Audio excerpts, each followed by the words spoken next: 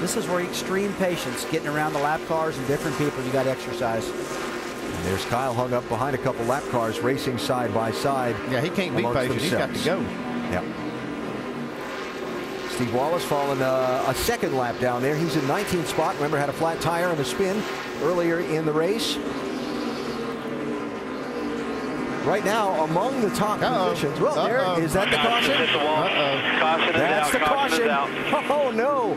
6 laps to go. Now what do you do? Oh, I'm up here. You don't want to make that call, do you? No. Tires, no tires. What do you do? I say the leader's got to stay out. Paul Menard in trouble, brings out the caution flag. Tough break for Paul. Was on the lead lap. Was running in 14th spot at the time. And again, with assuming Menard goes off the lead lap, 15 on the lead lap. Yeah, and it's basically going to be a green-white checker situation here on the restart. Let's see what happened to Paul. One of those things we were talking about earlier on those long runs. Right here it is. And right there, you see that right front tire go. More than likely an overheated bead from, you can see the brake rotors glowing red. That just takes its toll on that bead. Goodyear does a great job, and they've tried to help that situation by developing some different material for that bead.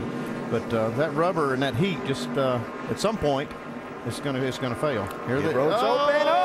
Oh, Keselowski. And did he make the commitment line there? That orange block that's painted on the racetrack. Did he straddle that, or did he get in clean? Now I'm not going to call that one. He's beat anyway. He's in trouble right now. There's no way he's going to win this race with these guys staying out this many. Well, there's only 2 lead lap cars that have stayed out. Doc? And Carl Edwards will come in. They will put 4 tires, no fuel. They're saying hit those lug nuts hard, guys. Got to have them tight. Adding no fuel, and it's a wall. Mike. And no fuel on the 22 either, but a 4-tire change for Keselowski as they're trying to win this race off pit road. Very tight. He's finally away. A lot of cars pitted. Now, we saw a lot of cars stay out, but a lot of those were lap-down cars, and a lot of the leaders came behind Keselowski. That's going to be in his favor. I might change my mind from saying there's no way. Of the 15 lead lap cars, 2 stayed on the racetrack. Kyle Busch didn't pit. Justin Allgaier didn't pit. Everyone else came on the pit road. And so that's going to put...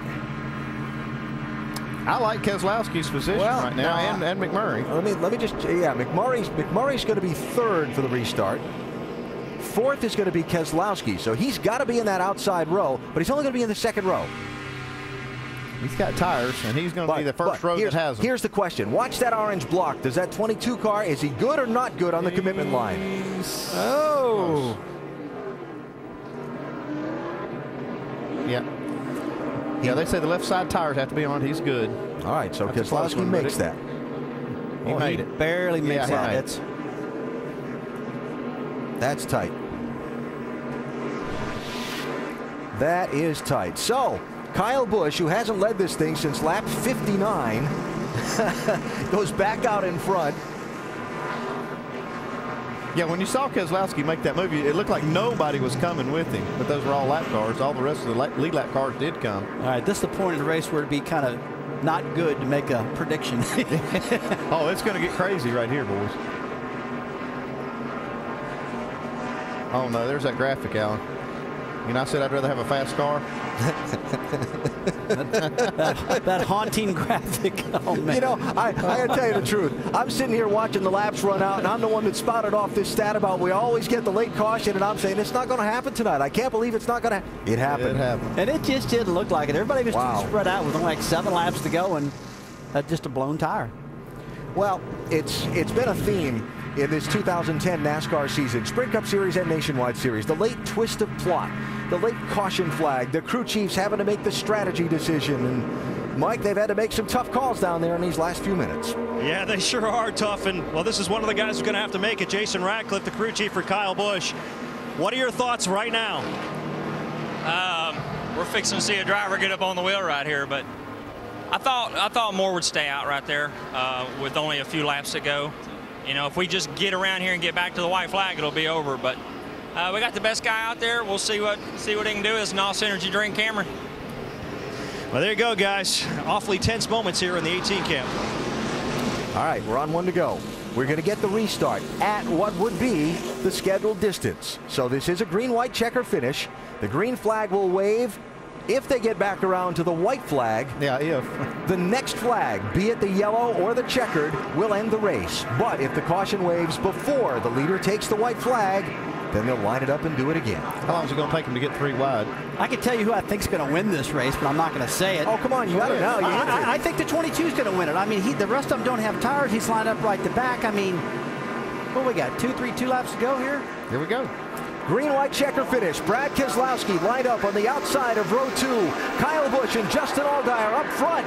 Busch gets the restart. And here comes Carl Edwards, 3 wide to the outside of Keselowski.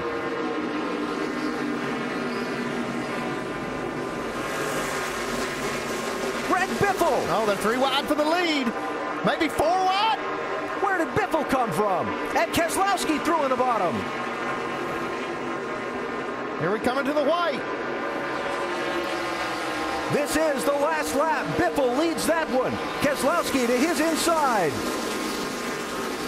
Carl Edwards going to be black flag for jumping that last restart. Yeah, he passed before the start-finish line. Side by side, final corners. Keselowski's going to squeeze out in front. He dominated, but boy, he had to sweat that one out. Brad Keselowski, back-to-back wins in the NASCAR Nationwide Series. Unbelievable. I mean, back-to-back. This team is so strong right now. It's unbelievable. And those 4 tires are right call. Hand it to Biffle. Where did he come from? Holy cow. Man, this is awesome to watch you, Brad. A lot of fun. That's what you pay me to do, RP. We got it done today. Great job. Whoa, you get the car to win. What a night for Brad Keselowski. He led 189 of the 252 laps. And Mike, he's picked up a win, but he had to work for it. Yeah, they did. Some anxious moments. What was it like when that caution came out and your big lead went away, Paul Wolf? Well, it definitely wasn't what we wanted to see with the Ruby Tuesday Dodge tonight. We've had a great car all night.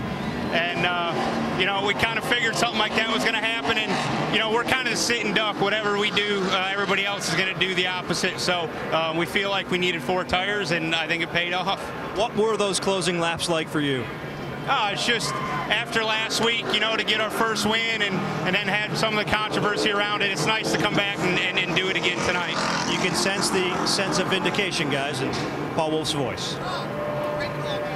So Brad Keselowski with his 8th NASCAR Nationwide Series win. His first win here at Richmond after finishing 4th in both of last year's races. And the green-white checker finish. Look, there's Greg Biffle inside of row 3. Man, where did he come from? Inside of row 3. Hey, you see how Kyle Busch gets a great start, and Carl Edwards right here is passing before the start-finish line. That's where the penalty's coming from. But look at Biffle drive this thing down into turn 1. And look how much new tires do. I mean, look at Keselowski carving it through there. Kyle Busch can't get going at all. McMurray can't get going. Definitely the right call. We come back next year and say, you think 4 tires with 5 laps go will work? We can say, yeah, now. Post-race thoughts from some of the top finishers. David? With Kyle Busch now, who was able to, I don't know if it was a forced smile, but it was a pretty good smile with Jamie McMurray there talking about the end of the race. But, man, to not have the tires at the end, did that just kill you? No, we didn't have the car tonight. You know, we fought there when we got back in traffic and tried to get back up towards the front. We could on the long run, but we just didn't have anything for the 22 tonight. You know, he was so stellar. But, you know, the NOS Energy Drink Camry was probably a second-place car, and if anybody wanted to know what it takes to stay out, that's what it took to stay out. And that's what happens when you stay out. So I think Dave Rogers makes the right calls. You know, tonight was my call to stay out. Jason wanted to come in, and I just wanted to see what it would do. You know, you got to hold him off for a green-white checker, and obviously that's as best as I could fight him off. Yeah, tough decisions here late in the race. Doc? How about this team here? Ricky Vires makes a gutsy 2-tire call in that last stop. And I'm going to ask you what Rusty Wallace and Andy Peter were saying. Where did you come from on that restart? Well, I'll tell you what, this Redman Ford Fusion just hauls the mail on new tires. And, you know, I'm just so excited to drive for this Baker Curb team. You know, Ricky's just calling great races here, and I'm having a lot of fun driving this car. And just appreciate what Nationwide Insurance does for this series. It's a lot of fun, as you can see. But, I just couldn't hold him off in that last lap. I was going to try and pinch him down there in 3 and 4, and I had to run in there beside him. I had to go so fast in the corner I slid up. So I did all I could do to hold him off, and just happy for this team.